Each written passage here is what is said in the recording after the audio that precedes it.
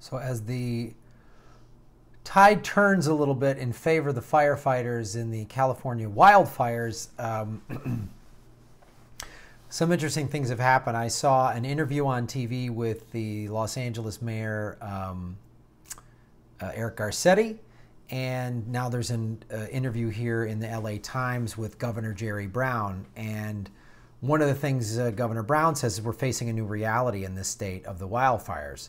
Basically, he said, we're facing a new reality in the state where fires threaten people's lives, their properties, their neighborhoods, and billions of dollars. So we have to have the resources to combat the fires. This is the new normal, and this could be something that happens every year or every few years. We're about to have a firefighting Christmas.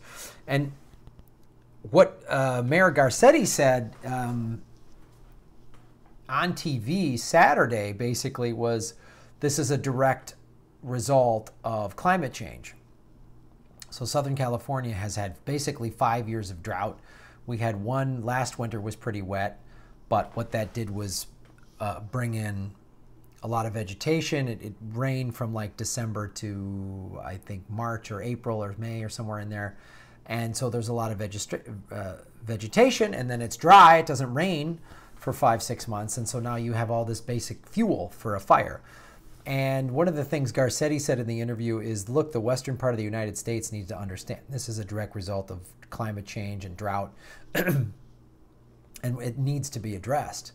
And these fires are only going to get worse. This is going to keep happening. And, you know, over 150,000 people were evacuated.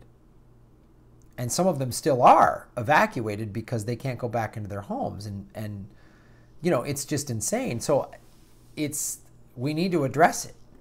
And you can sit here and say, oh, it's cyclical and all these other things, but the numbers are the numbers.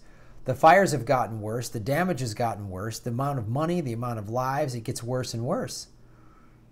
And, you know, we're right back in a drought again with hot, dry weather. And so there's a lot of things that need to happen here.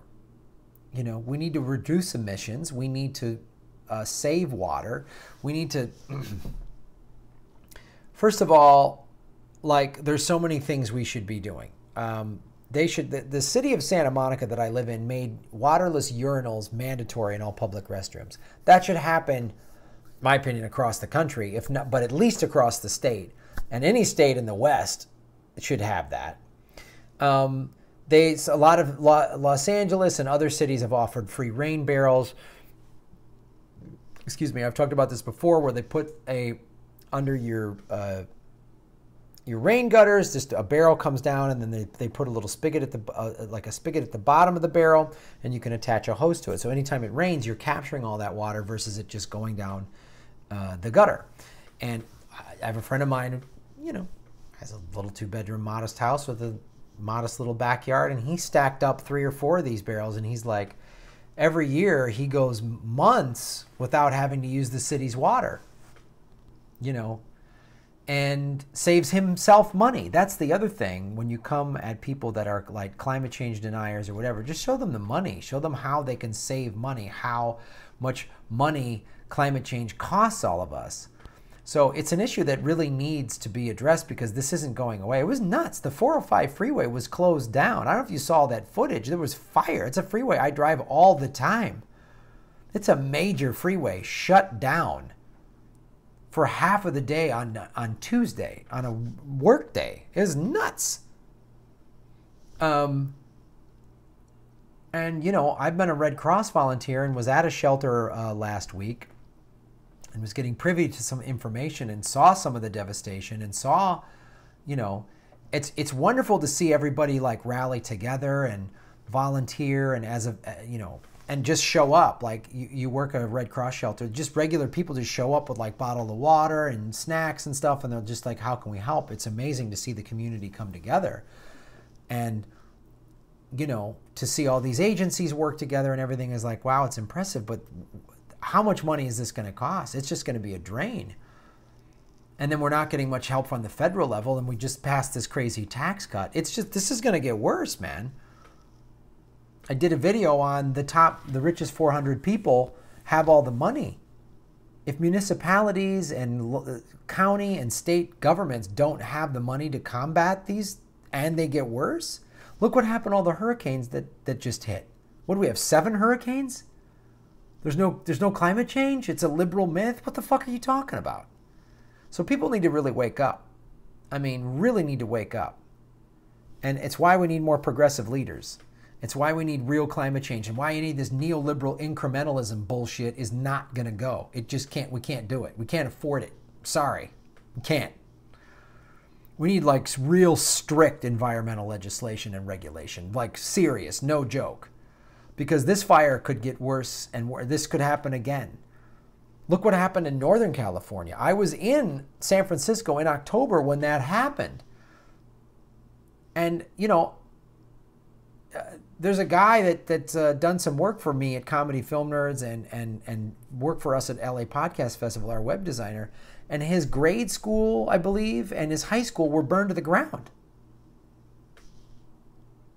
So this is severe. And what happened in Northern California in October and what happened just is happening here last week in Southern California is very similar. Dry conditions, a spark, wind, high gusts of wind. We get the Santa Ana winds in the fall and the winter here, and boom.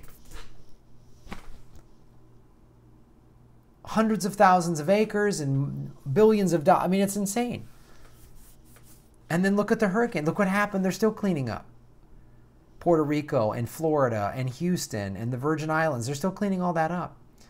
So I just don't want to, we can't play games anymore. We can't just like, wow, the Democratic Party's still our hero. You know, they're better than the Republicans. Like someone's telling me this like on Twitter today. Like, what are you talking about? You know, they support Roy Moore and Nazis. And it's like, yeah, Roy Moore is awful. He's a pedophile and they support Nazis, but the earth is falling apart. And to just think the Democratic Party is the opposition party, they're not. The reason we're here is this. It was Anthony Rendon that voted down single-payer health care in the state of California. He's a Democrat.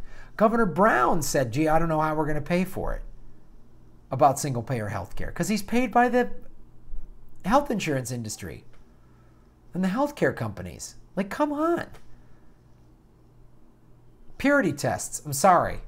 Vote them out, 2018. Vote them out. Get the corporate Democrats out of there. Only vote for real progressives. If they don't pass your purity test, then vote green, vote third party, vote independent. Get them out of there. Get them out of there. Vote in the primaries. Go for the progressive in the Democratic primaries. That's when you got to get them out of there. So get a real progressive in the general, because a real progressive has a better shot at beating a Republican than a corporate Democrat does. Because a real progressive can go in their district to the Republicans and the conservatives in their district and say, I want to help you get a workable wage. I want to help you get education and health care. And a conservative or Republican is going to be willing to listen to that. They're not going to listen to just corporate Democratic bullshit. So thanks for watching the show, everybody. And I don't want to keep watching my state burn up every year because we don't want to address climate change. And we keep voting for fucking centrist and right-wing Democrats just because they're not Trump. It's nonsense.